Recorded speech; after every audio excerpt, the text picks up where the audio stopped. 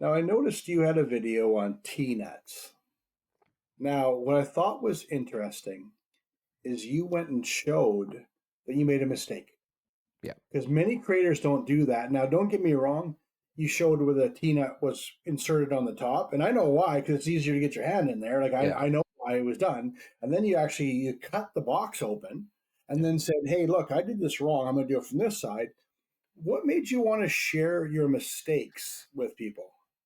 Exactly the same reason that you said, because nobody does it. The only creator that I know that shares his mistakes is Justin, DIY audio guy. Yeah. Yeah, he's the only one who says, like, listen, I messed up. Look how I messed up. Because if I'm showing how I'm installing or doing everything in real life, there will happen mistakes. As an example, I'm going to give you a very good one that happened literally yesterday. All right, we are here. The man, the myth, the legend, all the way from across the pond. It's Rockcat from YouTube. How you doing tonight? I'm very good. Thank you for invite. Thank you. How are you? You know what? I really cannot complain at all. Things are pretty good right now. That's the most important thing. Yeah. Yeah, no, and the kids are back in school, so I got a little bit more time to tinker. It makes it even better. Oh man, everybody has more time. Like today, I had the first 6 hours free for like what, 2, 3 months.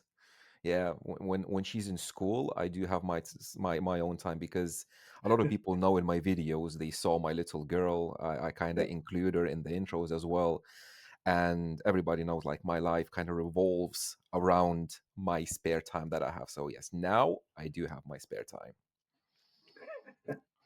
It is true. It's funny. Everyone goes, "Oh, it's so excited about summer vacation," but then they need to be entertained.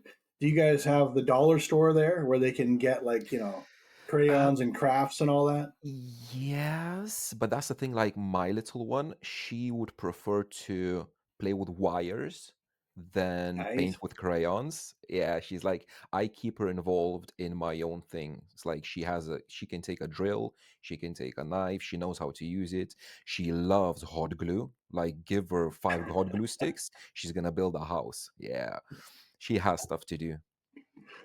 That's great. Yeah. That's great.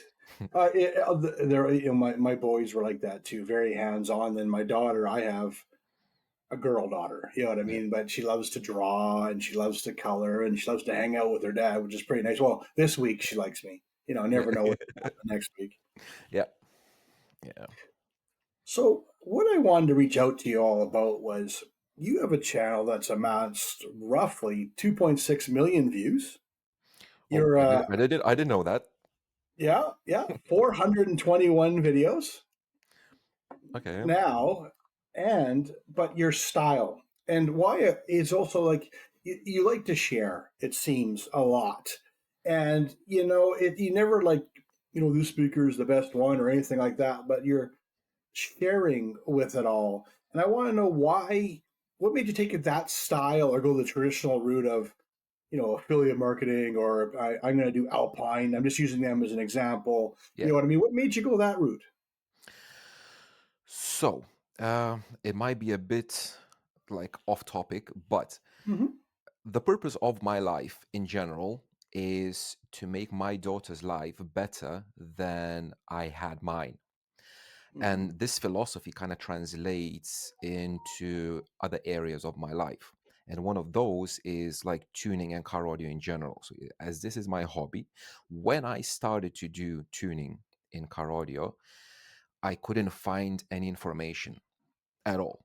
And I feel that there was a void that if somebody could fill it, it would be just better for everybody. So I know it might Hmm. sound a bit cheesy or like altruistic, but I think like the simplest thing like sharing is caring. If you share, it's just better for everyone. So Hmm. I want more good tuned cars. I want more good sounding cars. And I want people to be more involved in the whole process of car audio installation, not only relying on other people, because Hmm. DIYing something is very, very cool because you get that pride that you did it yourself. And a Yep. lot of people missing it out just because they don't try. And with Yes. my videos, Yes. I'm trying to show that you can, even if you're busy, even if you have a family, you don't have time, you can Hmm. still do something. Like all my videos are snippets of my day, like an hour there, 15 minutes there, that kind of stuff. Like Hmm. everybody can do that. And I just think it's cool that I maybe I don't want to say I'm the only one that does that, like sharing from my like my personal life stuff and Yeah. Yeah. like in general. But I think it just helps a lot of people, especially when I get feedback as well, that like how I was stuck on the install for like years and I saw how you do it like super fast, and then I it kind of encouraged me to do that. Yeah. Yeah, I think it's Yeah. just we need more car audio, because it might be a dying breed. You never know in a few years. I think it's more of a pivot in a lot of ways, but to go on to your point, I do judo. I'm a judo black belt, and one of the philosophies of judo is together we go forward, not Yeah, together I go forward. yeah, And it's funny you said that 'cause that's actually one of my mantras as well. Is that we can't go forward by yourself anymore. It's not the same. Like you might be a furniture maker and say you're really good at building furniture, but now you need an accountant. You have to deal with the bank. You got to deal with finance. You got like yeah. even in that context, like you can't do it by yourself anymore. The world's gotten too big, and I believe everything you said too. Like we have to share because you know sometimes It's also boring as well. It's boring as well when you do everything just for yourself by yourself. It's like when a kid's like now my daughter is 6, and I yeah, remember when she was a baby, she's like we go for a walk, she finds a pebble, and what she does, she always like, Daddy, look, I found a pebble. And yeah, sometimes you kind of still sometimes behave as a kid. It's like you discover something and you want to share it with somebody, and hmm, if hmm, you're like don't have many friends like I do, especially in the car audio side, oh yes, there's no other way to share it. It's just online, so you just do that. So you kind of offload that excitement that you have, like, hmm. look what I found, guys, look what I discovered, look what look, and it's kind of better for you, and I think it's better for others as well. Well, I saw your one that made more realistic. I don't live in a major center. I'm essentially 3.5 hours from Vancouver, which is kind of a million people Yeah. city. And I know our countries are very different when it comes to population, but the one that had you leaving early in the morning to the car meetup. I don't remember Oh exactly yeah, where you went, but it was like a some competition. Yeah, people, yeah, but people don't understand that you have to travel 2-3 hours to get it all, and then 2 and 3 hours home yeah, and go there and to find people with your same quirks, as I call yeah, it. yeah, yeah. And especially like I feel that in the UK it's a much tighter circle and way less people in like in SQ. Even if you have like in Canada or America, you have massive distances. However, you have Mhm, much more people like in general. So you have like competitions like all over the country. In the mhm. UK, we have Emma, and we have like from Bayside, proper droppers they called, and that's it, literally. So Yeah. whenever you go to like competition AMA, you have, I don't know, maybe 15, 20 people from the whole UK. Oh, okay. That's it. Well, that's That's fairly literally it. small. Yeah. So Hmm. like online is literally the only way how you can connect with like-minded people, sadly, but that's what it is. What about the meetups? Do you find a little bit more people at which is called hey, we're going to meet here for a couple of days? There's no meetups. The only meetups Oh, is what Peter is doing like in Brighton. But like if you know, Brighton is in the very south of the UK. mm-hmm, So if you want to go there, for me, it would be like a 4 hour drive. mm-hmm, If you're more up north, it's even further than that. So it's just nothing is happening really. No people that could initiate that. Like even myself, I would want to do a meetup like around my area, mm-hmm. but I just don't have time for that. Yeah. Organizing and like doing all that stuff is just no, it's not for me. No, and it is, and it's also I have a philosophy of it's my family first. You know what I mean? Like I don't take away from the family to do what I do car audio, and Yeah, that's also a big challenge. You know what I mean? And it's the way it should be, my opinion. Okay, unless it's your business and all you do, maybe it might be a little bit different, but yeah. it's important not to go all one way. Now I noticed with your videos, you really get into measuring. Now a lot of people don't. Like I'll use your recent one of speaker aiming because I have joked for years. Yeah. Do you aim now? Our cars are different, so we'll just keep this in mind that do you go to the ear? Do you go to the nose? Do you go to the dome light? Do you go to the cent? Like you know what I mean? And Yeah, yeah, you took it and you said, "Oh, I'm going to measure it yeah. 20 plus different ways." Why do you do that? One thing is the safety of the content. In a way, I'm going to explain it because Hmm. when I started to do YouTube and I started to do anything, like I think it's every way is the same. When you're a newcomer, everybody's criticizing you Hmm. and trying to like put you down because there's, I don't know, professionals that do that for Hmm. a living for years, for 20, 30 years, and you're coming like with 2 years experience and trying to show them something. When you're going to like subjective stuff, then you open yourself to criticism. When you're going to objective data, what I'm showing, nobody can criticize me. I'm showing, look, this speaker is measuring like this. Nobody can say anything because this is the data. So in a way, it's safe for me because I'm showing the data. That's all. Sometimes I interpret it, sometimes I give my opinion, Hmm. but Hmm. it's if you want to replicate my data, you can do exactly the same, so it's repeatable for other people as well. If I'm showing something, you know that you will get exactly or very close results if you do it yourself. If I'm giving my opinion of something, like a subjective how a speaker sounds, in my opinion just doesn't mean anything. So that's what I mean, like safety Hmm. of the content, that nobody can criticize me. Nobody can say anything. Like, yes, I can make a mistake, like I can do like a wrong measuring baffle or like wrong settings or something. But in regards to the content itself, it's safe, you know? That's Yeah. one thing. That's one thing. Another thing is I am myself heavy in, like, I am a realist person. I'm all Hmm. about data and like in general. So my background, I think nobody knows that I have a bachelor's degree in astrophysics. Nice. So yeah, so I went through uni, and in uni it was literally all about the data. We're working Yeah. with data Yeah. sets. We're doing the experiments, and this is where like my experience kind of translates into what I'm doing on my channel. All the Hmm.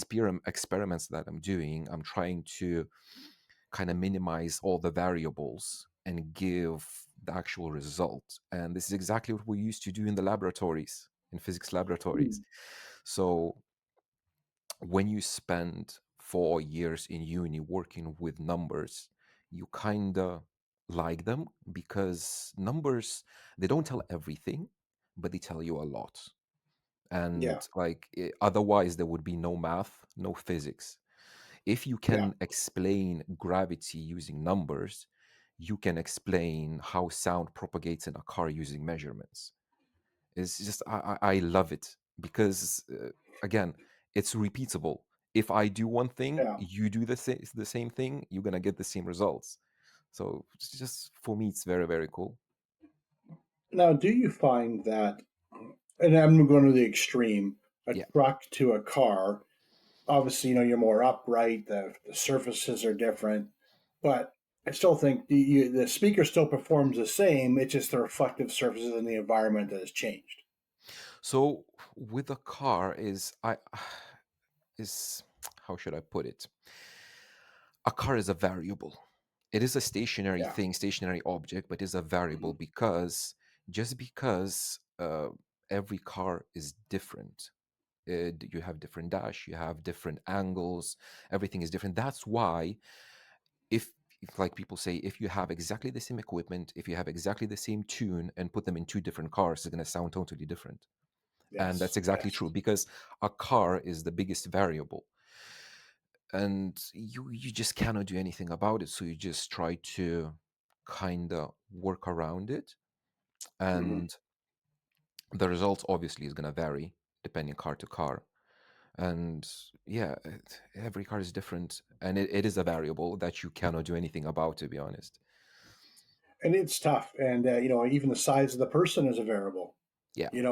I had a buddy who was, I called him the bass sucker because he'd block the whole door speaker with his leg. So that was probably a two-way for you, because with a three-way, if you have a base, you're not Yeah. gonna block it. But yeah, I know what you mean. Yeah.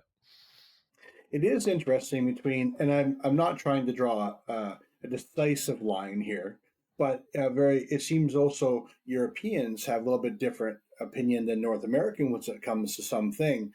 But one thing I find interesting is that everyone likes the upfront woofer. It makes sense. You don't have to do the doors as low, but there's a lot of different philosophies, especially the mid range facing up off the dash.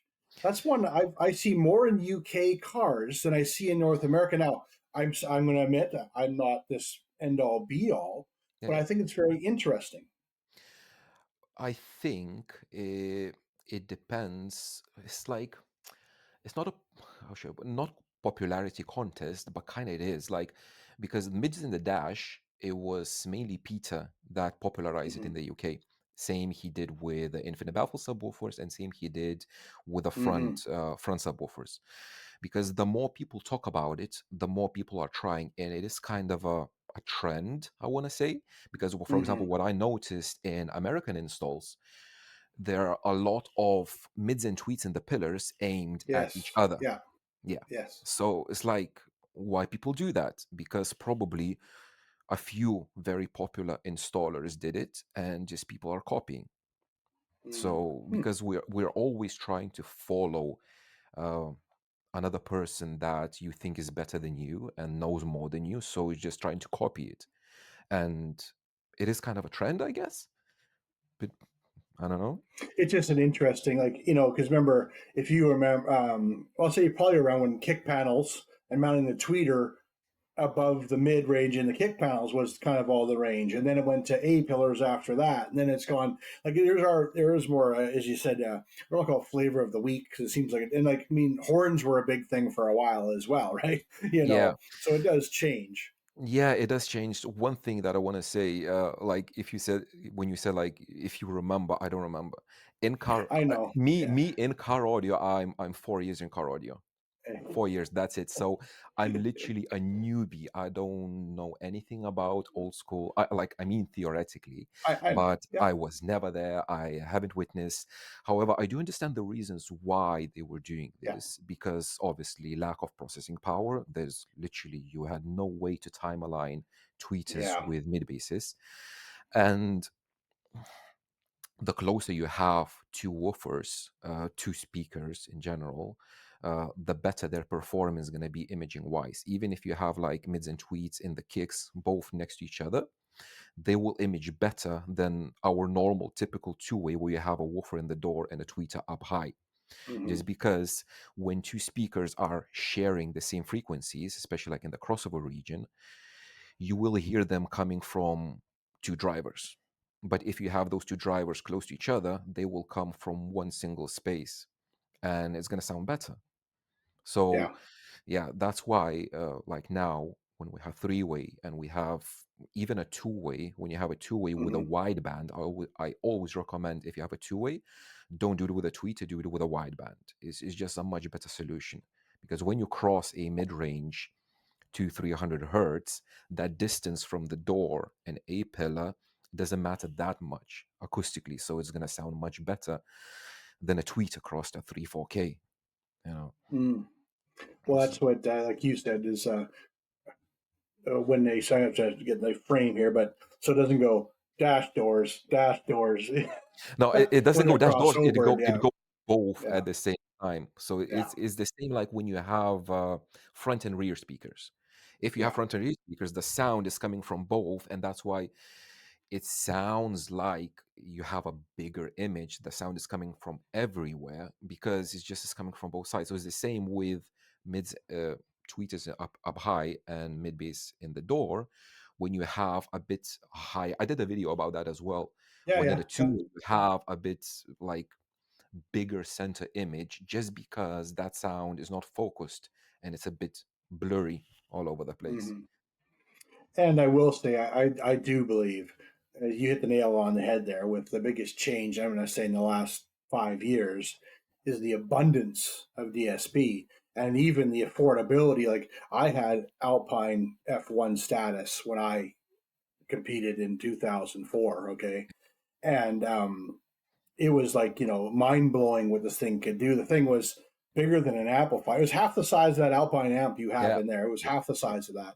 yeah. And and that was like, and everyone, but now, I mean, you got the B2 audio one, you got the down for sound one, like these very, I don't want to call them inexpensive in a derogatory way, but the barrier Yeah, to like entry they're is literally very easy. inexpensive. Yeah, they're Yeah, literally inexpensive. Literally, it's yeah, all about the price. So talking about that, the phrase that you used about a DSP, that it was mind blowing. The problem yeah, is that for a lot of people, especially older people in the hobby, hmm, it's not mind blowing just because they refuse to like take it in. For them, it's something alien that they don't even try or want to get familiar with, you know. So yeah, it depends, and it very very depends on the person. Like for yourself, if it's mind blowing, obviously you want to explore it, you want to adapt it. But it's so sad when you have 2025 and people are mm, refusing to use DSPs just because either they don't know what they do, either they tried it and had better results because they cannot tune, or it's hmm. like I don't know why. It's like it's a new technology, just come and embrace it. Like literally people are sitting with CRT TVs when you have OLED LEDs all over the place. It's like why? You know what? You made me have a loss of words, and that's hard to do. I well, I was talking to another a friend within the industry, pretty high up, and he's saying, the same thing almost is I can have a 40-year-old person who's never done DSP for the reasons you're saying, because maybe they're not familiar or don't want to learn, but then I can have an 18-year-old who's just getting into it and they're Yeah. not sure if they can do it too. So it's kind of funny that it can be both ways. But I do agree with you. Like DSP changes everything. And it's very hard, I think, nowadays to do the hard lines like crossroad points. Great example, right? Before, you might say, it's 100 hertz and down for a 10-inch sub, it's 80 hertz and down for a 12-inch sub. Well, now with DSP, you can kind of boost and manipulate and change things. The thing is, you can make your life as hard or as easy as you want with the DSP, because like Dean from Five Star, I watch Yeah. his content a lot, and what I loved, one phrase that I love the most about what he ever said is talking about DSPs. If you want, you can use DSP just for crossovers. You don't Hmm. have to use anything else. If you want your graphical EQ as you had in the 90s, you can have that. It's repackaged in a different box and you can use it Hmm. as you want. You don't have to use literally every single thing. A lot of people text me and ask me like about Helix DSPs, and they have all pass filters and they have a phase slide, and they ask me how to use it. It's like you don't need it. Yeah, but it has that feature. It's like it's an all pass Yeah. filter. It's supposed to be better because something. It's like no, you don't need it. Like 99% of the time, you don't need an all pass filter. Just because there is something, it doesn't mean that you have to use it. And I think Well, that's what scares people the most, that they see a DSP and it lists like 20 things that it can hmm do, and you don't understand half of those things, is like, I don't need it because I don't understand what it does. But it's the same like, I don't know, a brand new phone, a brand new TV. You buy it, and bit by bit you go into submenus, you check the settings, and you just find stuff and you understand it. And especially now, when you have literally abundance of content in regards to tuning, because Hmm. probably, I don't know, 5 6 years ago when I started, as I mentioned, there's no content about Yeah. tuning at all, nothing. The only thing where everything, I think, kickstarted is the JL guys. The JL guys, before releasing the Tune software, Yeah. they did, I don't know how many videos, I don't know how long, but I watched like literally every single video. I watched like 3 times because I wanted to understand it. That was like a kickstart, but it was like what, 4 years ago, probably? Yeah. Yeah. Yeah. And when you have a tool that there's no information about, obviously you're going to be intimidated to using it. But now there's loads of information. It's just you need to know where to find it. So I don't know. You just need to know where to look for. Like Yes. Yeah. we have a group RTA in cars that I created specifically for that purpose, to share information about tuning. So like even a newbie can go to that group and literally don't post anything, just scroll through posts and read, and you will find literally everything that you want about tuning. There's loads of information nowadays. Hmm. So even have so you're doing YouTube and you have a Facebook group to share the information. So I created the Facebook group. The initial thought was just literally to share the measurements. My initial thought about that group was to share RTA and to find differences or similarities between different cars and different drivers. My first Hmm. few posts was literally just RTA of a this and this tweeter and this car, this and this aiming. And I was asking people to do the same. Can you please measure your car? And we're gonna Hmm. find if there's any similarities.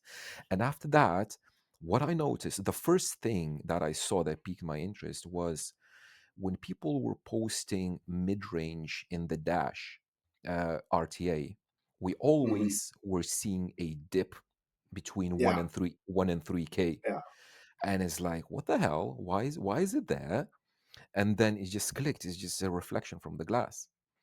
But it only clicked just because we had, at least for me, it clicked only because we had those measurements and we had other people sharing the same thing and others noticing Hmm. the same thing. We have exactly the same, like uh, the driver side null. What the hell is a driver side null? I had no idea when I started this.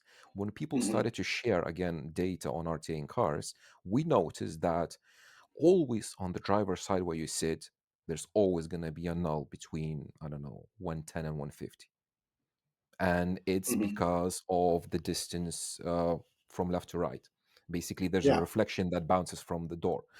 And it's just, there's loads of information that you can find. And when it clicks into your head, it's not that difficult to tune. It is Yeah. not. No, it's funny you said that because I was in I competed. I was a rep.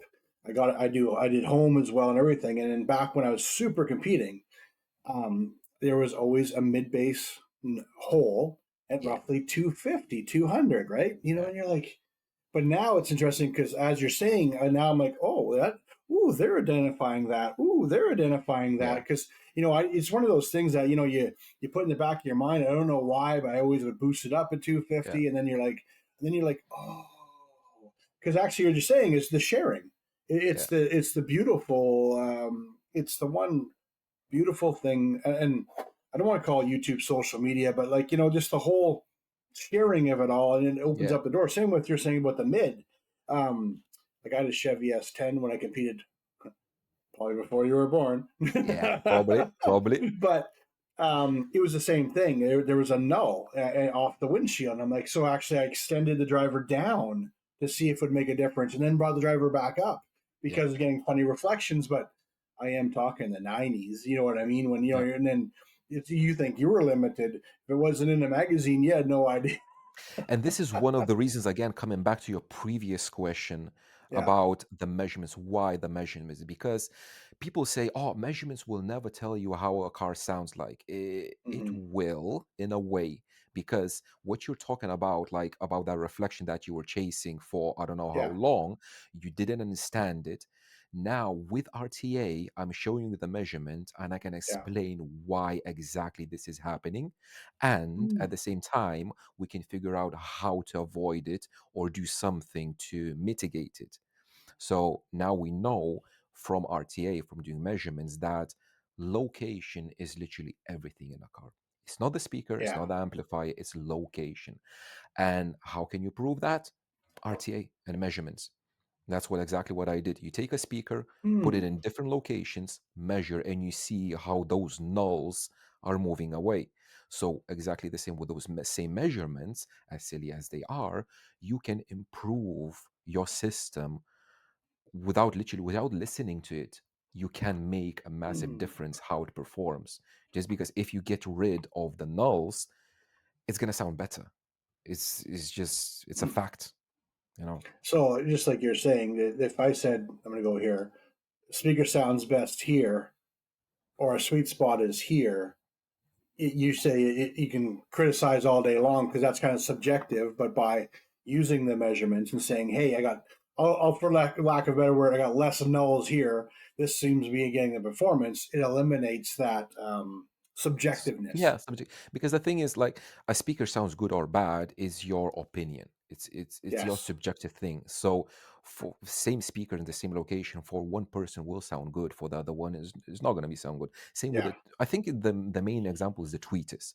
When you put a tweeter and you have either a little peak at like 3K, or you have a boosted top end, or you have like a chop off at the top end. Hmm. Some people will prefer one or the other sound signature. So for one person is going to say, "Oh, it's very nice, it's very bright. I like that." For the second person is going to say, "It's just too harsh for me." Same speaker, same location, Yeah. everything the same. It's just different location. But when you have RTA and you say that this speaker in this location performs, not sounds, but performs like Hmm. linear, you will know that it's gonna like even subjectively for majority of people it will sound good. Hmm. No matter what preference you have. Another thing about preference is that preferences change over time if you force yourself to change them, because hearing Yeah. is a thing that adapts, and to be honest, it adapts very very fast. Like when I installed my first DSP and I measured and I tuned everything linear. That means like my mid bass, mid range, and tweeters were like linear. I hated that sound. To me, it was so bright. I couldn't listen to Hmm. it just because I was used to having like loads of mid bass and no highs.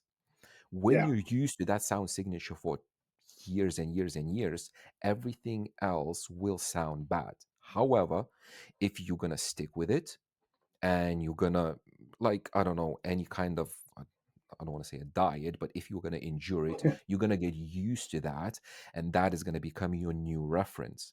So whenever I'm tuning a car for another person, most of the time it's Hmm. gonna be remotely. When I do remote tunes, I always say, if you don't like the final result, give it a week at least to listen to Hmm. it, Hmm. and Hmm. only then provide me feedback.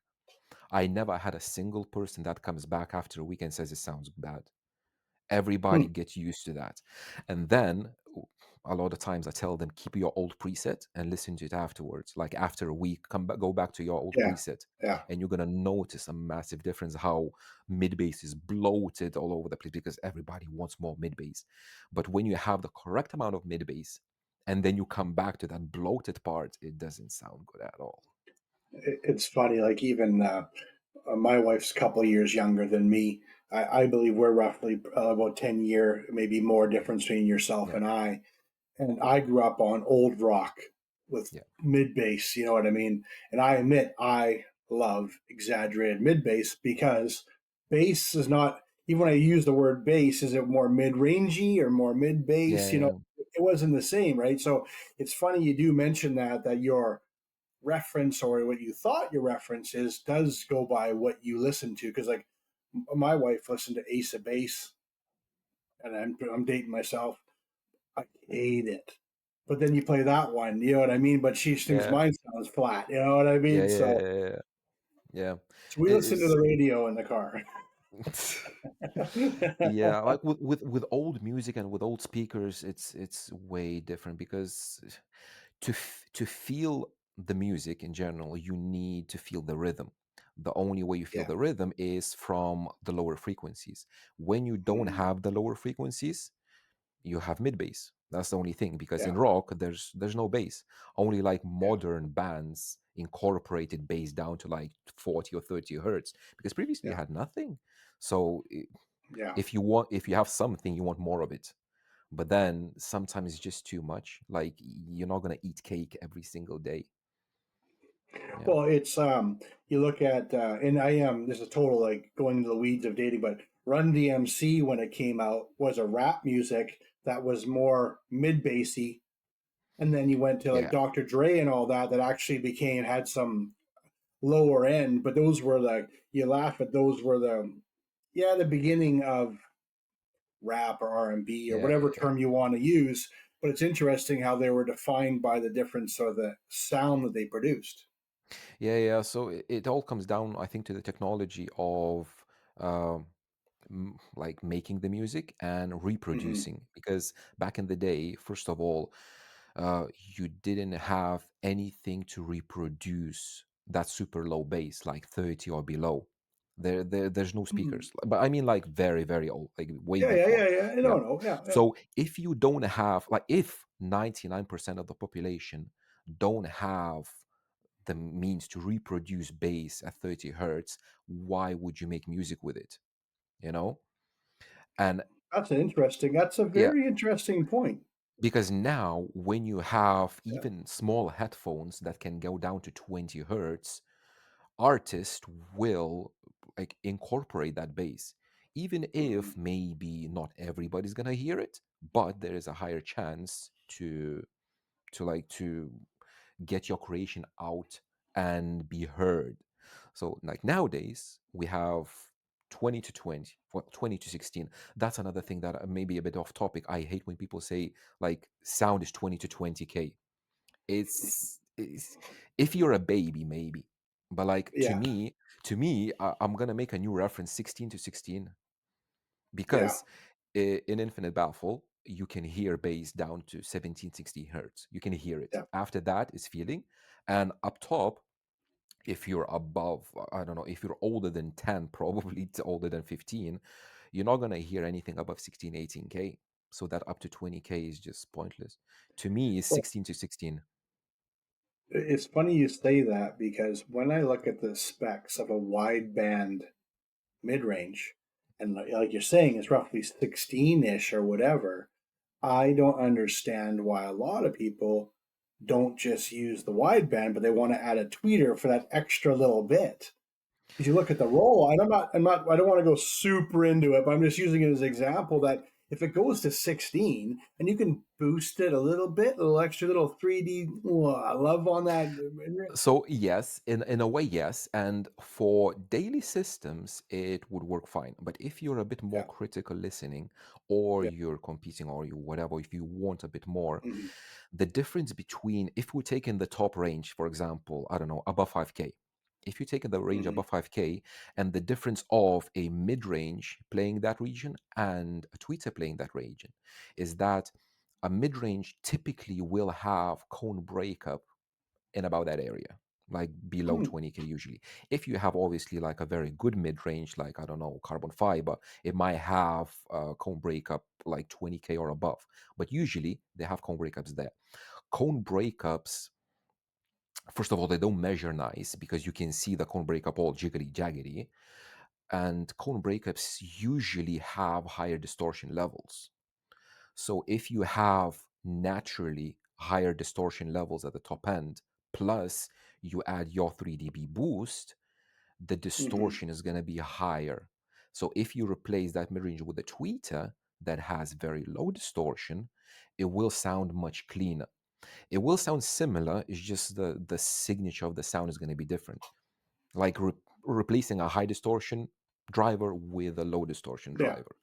At the same time is the impulse of the driver. Heavier cones will have a longer impulse. So even if Yeah. you have a mid range that has, I don't know, 4 or 5 grams of moving mass, when you want to reproduce 10K, it's going to behave very different to a tweeter that has, I don't know, 1 or 0.1 gram of moving mass. Hmm. So it will be more accurate. So again, coming back to that, for a daily system, it doesn't really matter.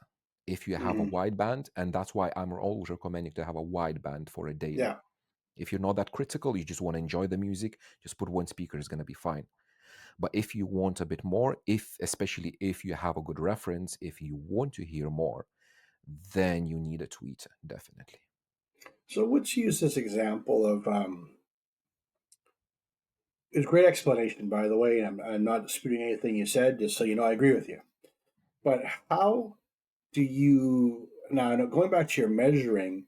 If you said, "Hey, I'm going to show and make a video of Yeah, a wideband compared to what you say I made in tweet in this conversation," yeah, and you say, "Hey, the cone break up at 5K and it goes, jiggle, jiggle, jiggle," and then you say you put some boost and it goes jiggle, jiggle, jiggle.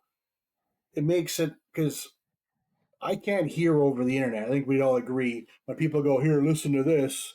yeah. That's why, It's yeah, yeah, and so by measuring, that's why I'm kind of bringing it back to why your maybe your style of the measuring it really resonates, pardon the pun, with people yeah, there because you're using it saying instead of saying, "Oh, the hi hat rings a little bit different. Do you hear that roll off? Blah blah." You're showing them, "Hey, like, look, see how it gets all squiggly? That means it's distortion." yeah. So this is like a lot of people ask me in the comments as well. Oh, can you give your impressions how it sounds? Just tell me how it sounds. Or when I'm testing a driver, can you play a little demo how it sounds? And I straight away said, it's just no, it's not what I'm doing. Yeah, And I will never do that because to me, it's pointless. Like to see a woofer flexing, it's fun. Yeah. yeah, But yeah, to hear a mid-range playing, it's like, it's like the joke on the internet is just, it's gonna sound like my iPhone or it's gonna sound like my phone because yeah, you won't be able to. So that's never gonna happen. It's just to me pointless. There's other channels that do that, audiophile channels where you have towers in the room and there's yeah, literally just filming a song. It's just yeah, it's not my content at all. Like if I want to show something, I'm going to show the data, and it's up to you to either imagine how it can sound or up to you to test it. Because if I'm going yeah, to show, yeah. if I'm going to show two, let's say two cheap speakers that measure totally different, and in my opinion they will sound this and that, you can test it by yourself. Just buy those speakers, and it's either you're going to verify it or not. You know. Hmm. No, it's a very interesting take on the whole um, aspect of the. Everyone gets. I call it almost spec bloat. Almost trying to think of the correct word. You know what I mean? Like you can number it to death, Yeah, but sometimes have a listen. Like but in a way, there is a series. It came out a few years ago. It's called Devs. I don't know if you watch it. It's a hmm, very good series. It's about a supercomputer that can simulate the whole world. It's very, very cool.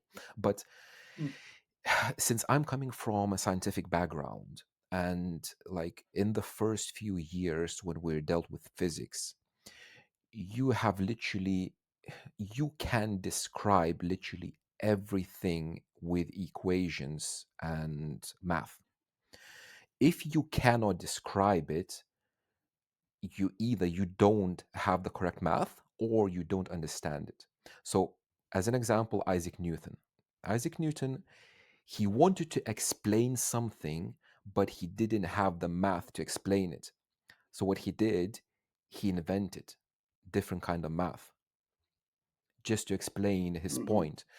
And coming back to our sound, when people say, oh, this sounds different, but they measure the same, we are not measuring everything. we're measuring like the whole big picture, but if it's in the details, we're just not measuring the details. Because if you take, for Hmm. example, a simple RTA and you take a clipple measurement, what Erin does, with Erin, you have with Erin's data with like 360 panorama, whatever it's Yeah, called, yeah, you have so much more information that you can correlate how something sounds with that data. If we cannot describe why a thing sounds different, it's just either it doesn't sound different, or we don't have yet the tools to measure that. And with that subjectiveness, how everything sounds is just cables sound different, amplifiers sound different. wow, Like, that's yeah, a the thing is, whole rabbit with hole. yeah, with amplifiers, my opinion started to change slightly because I believe I kind of discovered something, but it's just again for myself, that Yeah, I discovered a correlation between a single amplifier measurement and how it sounds. Specifically, it's a measurement of intermodulation distortion at 18 and 20K, because that is a kind of a standard for that measurement. I don't remember, it has letters. But yeah, basically, what I discovered is that the more distortion an amplifier has at those high frequencies, the more the sound will be. Uh, I don't want to sound. I don't want to say like dirty, but it's a bit on the edge. If hmm, you have a very very clean amplifier, it will sound much much cleaner at the very very top end. yeah. So in that way, my opinion about amplifiers sounding the same kind of changed, but I still hold to my opinion that same measuring amplifiers will sound the same, because if you're reproducing the sound Yeah. like as it is just nothing changes. There's no magic in different resistors, there's no magic in different capacitors or transistors. It's electronics. You can describe how a sound wave moves through the circuit with math. If there's no differences in those equations, it's not going to be any differences in the sound. But it's also the one call is too, though, is if you're sitting here as in your car 11 o'clock at night and you're listening, or I'll use the word critical listening, or if you're driving down the road at 2 o'clock in the afternoon, Yeah. I think and this is the one thing I think a lot of people get tied up in specs, but if you're driving and using it every day, and and you don't have the sound, all the bits to go along with it, you're a better man than I if you can hear the difference in an amplifier driving down the road while streaming and road noise and etc. So this is, in my opinion, again, this is a thing that has to do not with the gear or music or the source, but it has to do with your brain. Human Mm-hmm. brains are extremely gullible to Mm-hmm. external like anything, because we know what are hallucinations. We know auditory hallucinations, even if Mm-hmm. like our brain interprets things differently depending on how you feel. Like if you had a very good day, everything will look brighter, everything will sound nicer. Like even for example, take one track, your car, your system, you know it very well, you know the Yeah. piece of content very well. Listen to it when you're super angry, and listen to it when you're in a very good mood after a good dinner. And I guarantee it's gonna sound different, just Hmm. because of how you feel inside. That changes drastically. And it's been proven as well that, like, in general, everything in life, how you perceive stuff, how you react to stuff, depends on how you feel, because you will react to the same stimulus differently depending on your mental state. Like Hmm. if I don't know, you have a homeless person coming to you asking for money, if you're happy, you're gonna give him money. If you're angry, you might kick him. Same stimulus, different reaction. Same person. Exactly the same with music. Like Hmm. if you bought an expensive, nice looking cable, you're gonna put it in. It will sound better not because it sounds better, but because of your opinion about that cable. Because you Hmm. feel uplifted. you want to hear the difference. It's all in the brain. It's all in the brain. Hmm. That's interesting. So, what do you think right now the biggest mistake people are making to get into car audio? Like, if you said there's a kind of, you see a guy at the pub, and he goes, you know what, I'm thinking about getting into car stereo. What do you think the biggest mistake people are doing to get into start their journey? It's all about the money. We were Mm-hmm. always told that more expensive gear sounds better. It's not always the case. And if you want a good system, it has to be at least 5,000. No, Mm-hmm. don't look at the money. The biggest mistake that people do is when they buy stuff just because it's expensive. That's the worst thing Mm-hmm. that you can do, because there's literally no bottom limit uh, of like money that you can make your sound you make your system sound good. If you have the knowledge, if you can do something with your car, like change the locations, do a good install, even a cheap set of anything will sound very, very good. You can make a factory system sound nice if you make the correct adjustments. So I think the biggest mistake is just people looking at monetary value of things. They think that Hmm. this is expensive, this is going to be good, and I'm going to buy this. It's like, don't look at the price. Like, look more into the theory of stuff, learn more stuff. When you learn, when you know how to use things, then you can buy a cheap thing that will perform very nice. If you have a look at home audio, I'm not talking about like high-end home audio. There is a Yeah. Facebook group, DIY loudspeaker project pad or whatever it's called. Mm-hmm.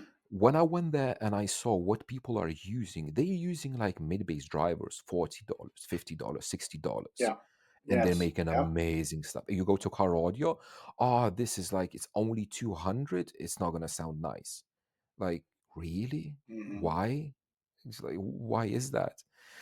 No, it's, don't look at the money. Money is the, All right. yeah. So, if you were to say again, though, with the same guys at the pub with you, where should I start? What's the first upgrade I should do? What would you recommend? You always start with a subwoofer. It's like Yeah. it was like this 30 years ago. It's gonna be exactly the same now, because Yeah. uh, the low frequencies is the thing that we as humans enjoy the most. As we talked about this in like very, very beginning, Yeah. is the thing that gives you the rhythm of the actual music, the feel of the music. So when you're tapping your foot in a concert, you're tapping it to the rhythm of the drum. You need that bass to feel something. Mm-hmm. So I would say a subwoofer is the first thing. The second thing, it's a split. It's a split between a DSP and sound treatment. Because to me, those are two things that are the most important in how your system performs. Because I did numerous videos about that as well, about sound treatment as well. It changes literally everything. When I had my previous car, Insignia, I did a proper build, and that car was not treated at all. I had literally Mm-hmm. 2 sheets of deadener in the doors. And I did infinite baffle sub, I did front subwoof, I did mids in the dash and everything. And I thought it sounds good. When I got this new car, I started with a sound deadener and I did literally everything. And Yeah. it changes things so much. It's a totally different system when you have no buzzes and no rattles. And probably, like Nick Apicella, he always talks about that. Yeah. Peter is talking all about that. And it's like, in the beginning you think like, I want sound, I want a sound system, I want a DSP, I want speakers, I want amplifiers. Why do I need something that has absolutely nothing to do with sound? But in reality, that has nothing to do is one of the most important things. Mm-hmm. If you're a bass head and you have 3 kilowatts in the back, it's not going to do anything for you. But like, if you have a normal daily proper system, sound treatment is the thing that changes everything. And on the same Hmm. level, DSP is going to change everything, because with time alignment, with phase corrections and everything, is going to totally change everything how it sounds. Hmm. So start with a Oh. base, and then sound treat your car, and then get a DSP. Hmm. I've also often wondered with, like you said, with let's just use is Bose popular in the UK with cars? I I don't have know the absolutely cars there. no idea, Okay. no idea. Oh, it's no problem. Well, Bose is quite any kind of mid range car has Bose in North America, and I've always kind of wondered if you sound treated a Bose system. I'm not saying it's the end all beat all, but would that make a bigger impact than say putting an amplifier on it? It's kind of I think I don't know. with premiums, I don't know, like I'm not familiar with those, but my kind of perception is that more premium systems are put in more premium cars that are already quieter than a Mm, Civic, let's mm, say, you know? yeah, yeah, Because you, yeah, you're not gonna find like, I don't know, like 99 Civic with a like premium Harman Kardon system. yeah, It's yeah, just, it doesn't yeah. exist. So like I don't know if like BMWs Yeah, or it's a good example S because they're class Merc, cheaper yeah, there. Yeah, yeah. they're way more cheaper in Europe. So that would be a good example of an X3 series. You know what I mean? Maybe one with leather and a few other ones. It already is treated. That's actually a good point. That's a very good point. Yeah, I guess it totally depends on the actual car itself. If the car from factory is properly done, properly treated, just don't.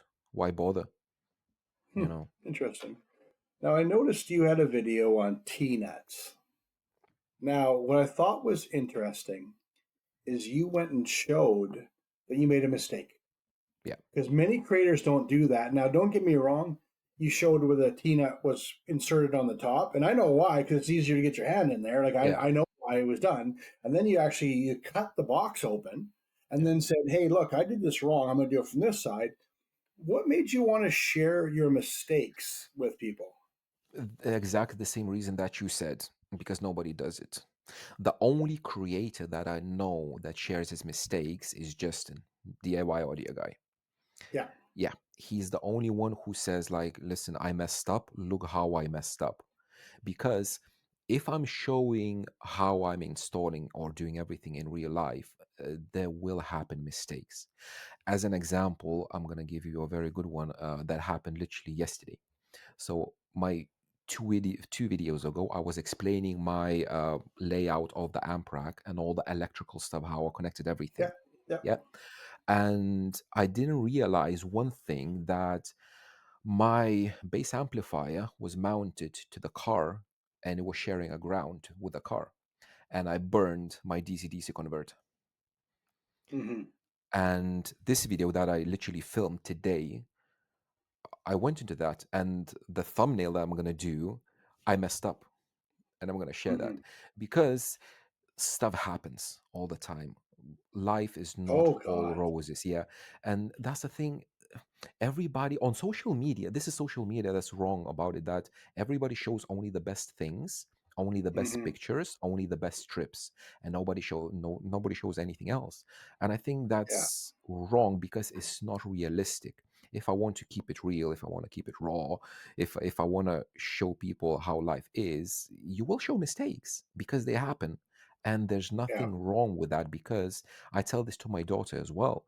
Mistakes, you learn from them. As again, as cheesy as it sounds, everybody knows this Yeah. saying, Huh. but it is true. Yeah, you learn from your mistakes, and if I'm gonna make this mistake, I'm gonna show you that I made this mistake. You're not gonna make it. So it's just win-win for everybody. Yeah, yeah, I know. You laugh. I've been doing a big sub box build video, and then my bearing fell off of my router Yeah. and chunked it. And so there I am, bondoing it up. But actually, that's what everyone goes, "Why are you showing that?" Because this is what happens when I didn't check the bearing before I Yeah. started. Yeah, stuff happens. There's nothing wrong with that. We're Yeah, all like, yeah, in general, humans, we're all afraid of making mistakes, like in life in general. Or what's gonna happen if this is gonna happen? Or what's gonna happen then? And my philosophy, like now, is what is the worst that can happen in any case? yeah, You think about that, and then you realize that it's not that much. Like, and yeah. if you're gonna share it, again, people are gonna learn from it, you're gonna learn from it, and I think, again, win-win.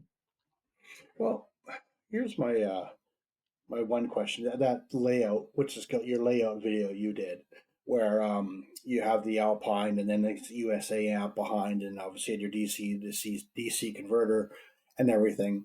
Now you went into a really big, instead of saying, "Hey, I'm going to do my amp here. I'm going to do this amp here." Like I noticed, like you said, you know what? I'm going to put it here, but I have to put shorter RCA's here.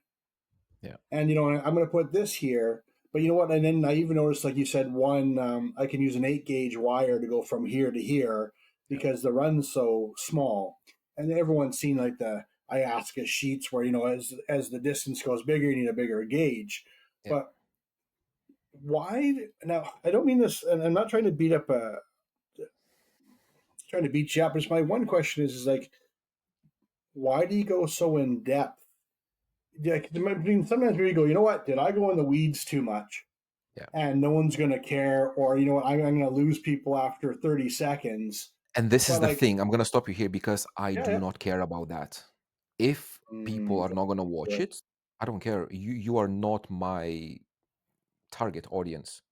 If because I don't promote my channel. I don't, as you know, I keep Yeah, the subscribers only those that watch it. If what I'm doing they like it, happy days.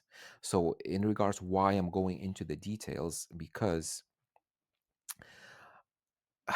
I learned that the best way of explaining something, anything in general, it's start from the beginning. And I do exactly the same with my daughter now. If she asks a question about something, I will start not answering the question straight away.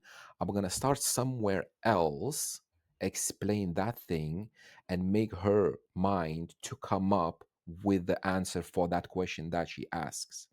So by explaining things in more detail, I think you make another person think, it's like, why?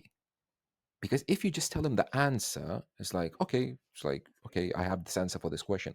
But if you make him think or explain from the very beginning, it's just the reasoning. And I always ask why, because I think this is the most important thing. It's like the most important question. If I'm going to tell him I'm going to use an 8 gauge there, somebody's going to ask why are you using that? And here's the answer why I'm using that, because of this and this and that. So I think, especially with my content, it is very long, it is very extensive, and I go yes, into the weeds quite a lot. And that's the thing.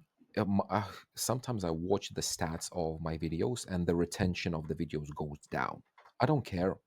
If I have a 5,000 view video and I have 20 people that made it till the end, those 20 people are my goal. yeah, Yeah. yeah, This video was made for them.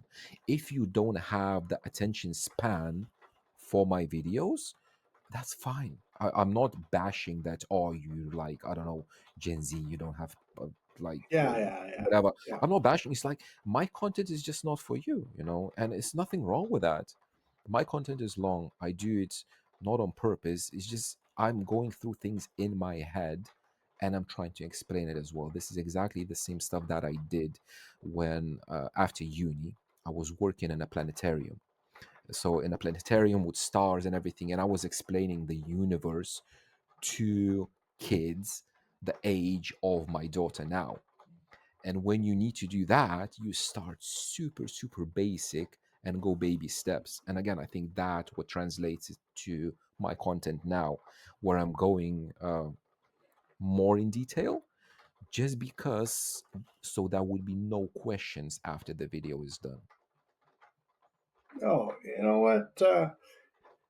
I think your vision of it all is resonating with people because they do want to go deeper into the weeds. And it's kind of interesting you said that. Like, I don't want to be the guy that says, "Hey, you put this speaker in this door, it's going to work the best," and done. You want to go, "Well, I chose a speaker because it did this, Yeah. and Answer this the is why I've question done it." why. Yeah.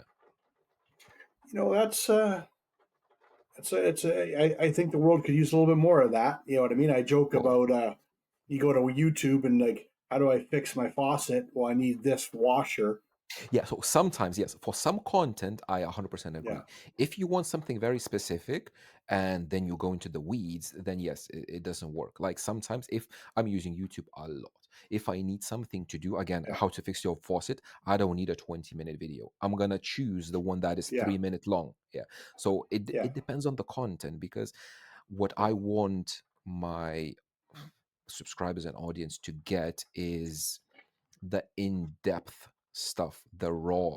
Again, this is where the name is kind of comes from. Raw cat, raw. Everything is raw, unfiltered. When I'm filming, same with my style with videos. When I'm filming, I have a camera. I don't use a tripod. I don't use anything. Everything is just literally how it is. So it translates into the content itself, like the substance of it. It might be too much for some, but a lot of people do appreciate it. It's just my style. That's the only thing.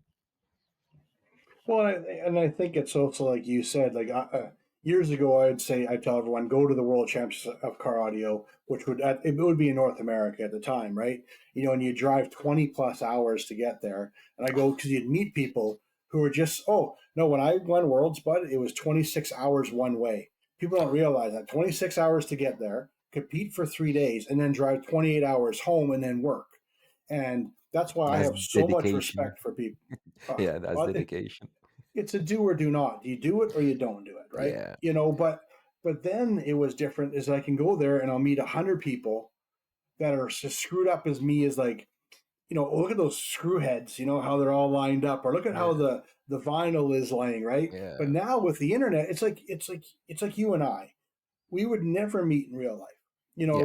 I was doing some math and like I think we're 7,000 kilometers away or 4,400 miles, and there's a little bit of a Wow. thing called the ocean Yeah. that, and A this is big pool. going Yeah, by, and this is going by a plane. This is yeah, not going if I was going to say, hey, I'll meet you halfway, and that's what I love about all of this is now that yeah, we can share and we can joke, or I can even say, you know what? I don't agree with you, but I can do yeah, that too. And yeah, that's the beauty of what the world is now with I hate to say it, I think the platform of YouTube is doing wonders for people. yeah. But I think it depends on the generation. I think of people, the Mm, age itself, because younger people don't use YouTube just because it's old yeah, people platform. Same like Facebook. Whenever you mention Facebook, it's for old people. yeah, So it's just like-minded people find a medium that works best for him. Like my content would never do well on TikTok. It's a totally different yeah, demographic, yeah, yeah, totally yeah, different style and everything. So yeah, social media is good in a way that it does connect people, especially like myself. As I mentioned, I don't have many friends, especially in SQ, and that's like my outlet into the world to share and to do everything. And eh, our world in general today is very lonely in a way that yeah, there's a lot of lonely people that can find others or friends only on social media, not just looking around. It's not how it yeah, used to be. It's not a small village anymore. You are connected with other people, and if you have something specific like SQ Car Audio, you're not limited to your own city. You're not limited to your own country. You have the yes, world, the whole world. At the same time, it's a double-edged sword because people behind keyboard warriors, people behind keyboard are different than in real life as well. So yeah, they may say things that they would never say in your face just because it's you have a barrier that's your safety yeah. net, and there's bad stuff as well. So it's a double-edged sword, but we always look at the positive. For me, social media is a good thing. Yeah. No, and I also think it's how we use it as well. You know what I mean? Like even today, I mean, for you, I believe it's probably 11 o'clock at night, if my math is right. At 10, just before 10. 10 o'clock at night, Yeah, and for me, it's 2 o'clock in the afternoon, and yeah, we're able to link this. You know what I mean? And yeah, I think it's and for the right reasons, and I think we don't forget that, and also for the love of car audio, and it's you know I think it's just for everyone. I think it's encompassing because if kids didn't like music as well, they wouldn't have those big over the ear headphones. yeah. You know what I mean? So I think Music their day is coming. something, yeah, music is something like in general in human history. Music was with us from the Stone Age. Before that, it's Yeah. something like with our brains. It does something to our brain that nothing else does. If you take music and art as pictures, or like, I don't know, it's totally different thing. Music affects much more people, I think. Music affects literally everyone because you have music in everything. You go to Yeah. watch a cinema, there's music in there. You have soundtracks. Uh, it's just sound is something that is hardwired in our brain that means a lot to us as a human species. No, you know what? I couldn't agree more. And I think that's a perfect time to end things tonight. I think so as well. Yeah. I think it was amazing. And I do want to say thank you, especially for these time zones and for us being able to connect. And I Yeah. think honestly, I don't know. I hope my I'll use the term viewers really do appreciate it, you and this time you've taken. Thank you very much for having me. Before I go, Yeah. my demo track. Oh Because yes, your demo track. yes, Yeah. so I know you're always asking about the demo track. I don't know if you were able to Yeah. see this. Yeah. Elite. So It looks like. Yeah. it is Ya Boy Elite 2. Yeah. This All is right. a demo track that I use for literally every single demo that I do with my car, especially when I have my infinite baffle subwoofers. Try Okay. it, try it full tilt, because you're not going to listen to this quiet. It's not a sing-songy demo. It's a demo that has to be played full tilt, and you're going to feel it. You're going to love it as well. I promise. Awesome. Thank you for sharing that one.